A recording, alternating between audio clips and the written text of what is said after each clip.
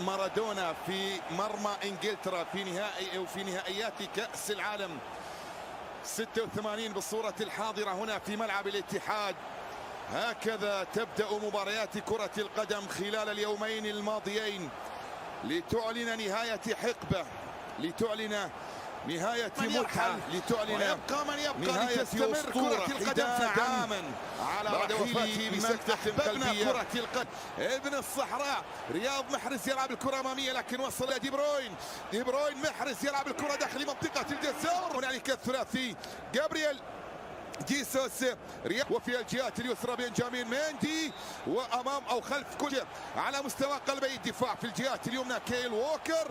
المدرب جوارديولا باجلاس رحيم على مقاعد اللقطه والمحاوله الماضيه لتعود الكره من جديد باقدام مواجهه مانشستر سيتي في اطار مباريات الجوله بطوله الدوري، امر ممكن لا يحدث لسنوات. ارضيه الملعب بالاضافه الى لاعب نيوزيلندي وحيد تصف هنالك ويستوود جاي رودريغيز، بالإضافة هذا هو ظهوره الأول من خلال أحداث الملعب. هذه التمريرة من جوندوغان، وبعد ذلك قادمة من منافسات الدوري كرة بمحاولة ملعوبة أمامية وتسديدة بالعلامة الكاملة بعد العودة بانتصار. ننتظر ما الذي ستؤول إليه في ظل الظروف الصعبة على حساب نادي بيرلي، خصوصا هنا في ملعب عن أول أهداف في بطولة الدوري. محرز الآن بأسيسته،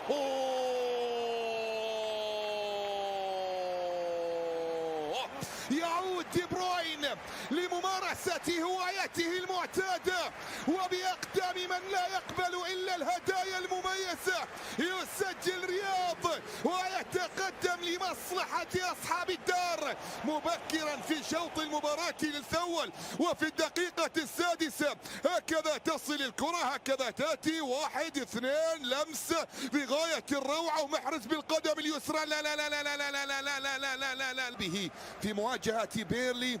انتهت 24 على ملعبه في بطولة الدوري، يبحث عن هدف آخر. المباريات في كل المسابقات 23 جاي رودريغيز داخل منطقة الجزاء، أبعدت في التوقيت المناسب.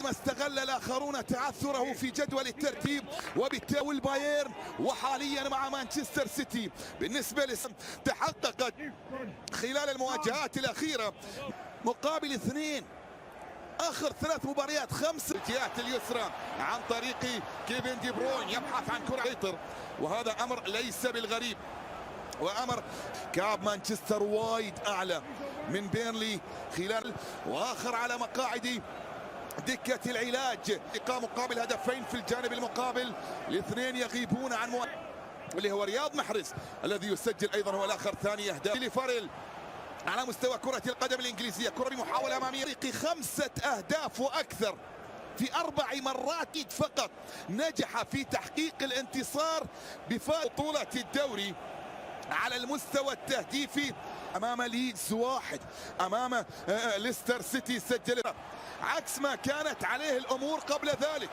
أخذ عن انتصار، يبحث عن انتصار علي حساب السيتي. ووكر يسدد لكن إلى خارج أرضية باستمرارية اللعب لا وجود الخطأ. تحولت في الجانب المقابل بروين إلى رياض داخل منطقة الجزاء، محاولة تسديد اصطدمت القائد كيفن دي بروين. لا رياض محرز، رياض يبحث عن التقدم والمرور، لكن أيضا أبعدت كرة مركز قبل الأخير. كرة بمحاولة في الجهات اليمنى الآن تصل إلى رياض سيطرته واستحواذه الكبير على مجريات المواجهة. كرة تصل عند البرازيل وبأهداف غزيرة خلال آخر 6 مباريات ماضية، تعود مرة أخرى، وصلت في منتصف في ملعب المباراة.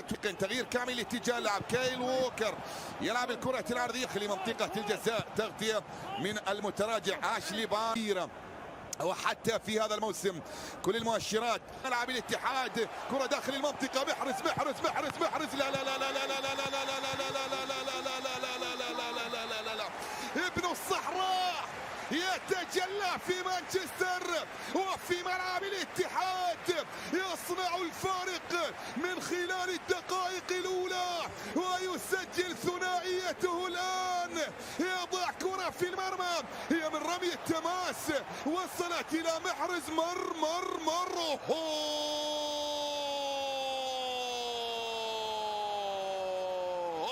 الله عليك يبحث عن تمريره لكن لا يجد المكان المناسب في الجهات اليسرى.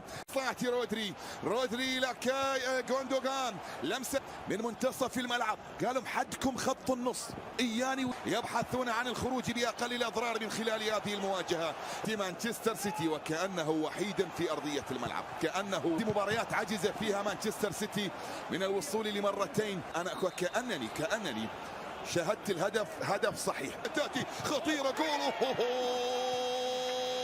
مرة أخرى، يستلم الكرة، يحاول الدخول، عرضية داخل منطقة الجزاء، راسية للابن العربي الكبير، يحرز كرة، محاولة ملعوبة داخل الأول. الهدف الثاني كان رقم 101، تحولت بعد ذلك بإقدام محرز، عادت من جديد ملعبه في الجولة القادمة. نتحدث عن الأندية التي ستلعب بدءا من الجولة القادمة. طبعا السيتي سيلعب خارج هذا التأثير ولو استمرت الأمور، لكن على ما يحدث حاليا على مستوى وبهدفين مقابل سعة ملعب مانشستر سيتي. كرة بمحاولة ملعوبة في الجهات اليسرى في انجلترا، ملاعب الأندية طبعا لأن هنالك ملعبين آخرين، لكن كرة مندي أبعدت، وصلت إلى تقدم، يمر كرة أبعدت، لا زالت مستمرة، وصل هنا أمام السيتي، كرة عرضية داخل منطقة الجزاء، أبعدت في المجيد أيضا على مستوى التشكيلة والحديث عن اللاعب. يجي كرة بالمحاولة أمامية عن كرات يضيعها رحيم في مواجهات المرمى، كرة بمحاولة وهدف ثالث. الله الله الله الله الله الله الله الله الله الله الله الله الله.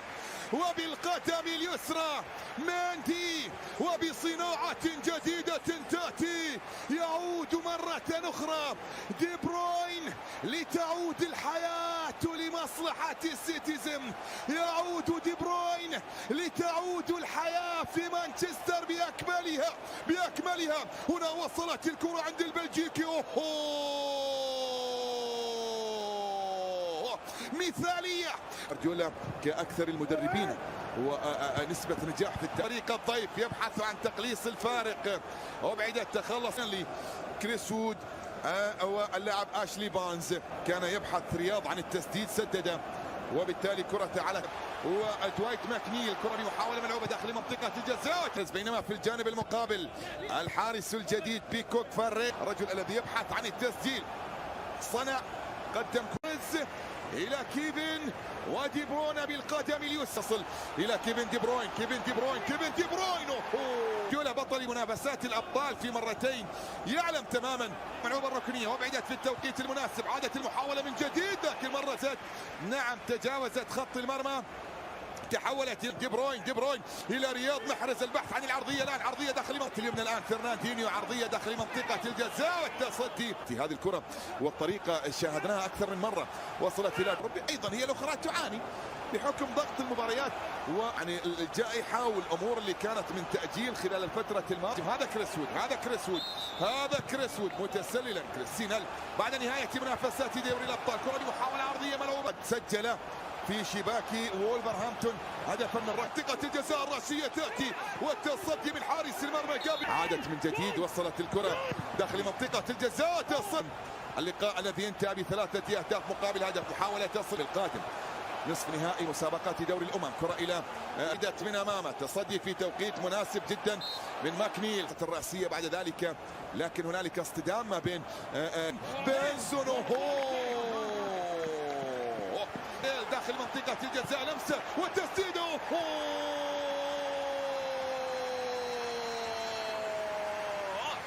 الاسباني يسجل، جولازو توريس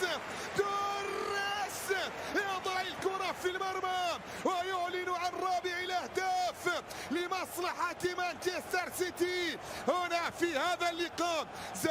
زمان عن رباعيات السيتيزن، والكرة بأقدام كيل ووكر، وصلت إلى جيسوس، إلى توريس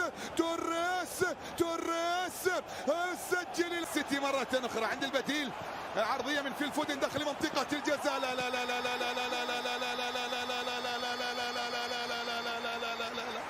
قمر عربي يتلألأ في سماء مانشستر، قمر عربي يضيء ليلة من ليالي السيتيزن الجميلة، هاتريك ياتي لمصلحة محرز ليدخل من خلاله مانشستر سيتي معادلا أحد الأرقام القياسية في تاريخ كرة القدم الإنجليزية. في الفودن من الجهة اليسرى، عرضية مثالية، أوهو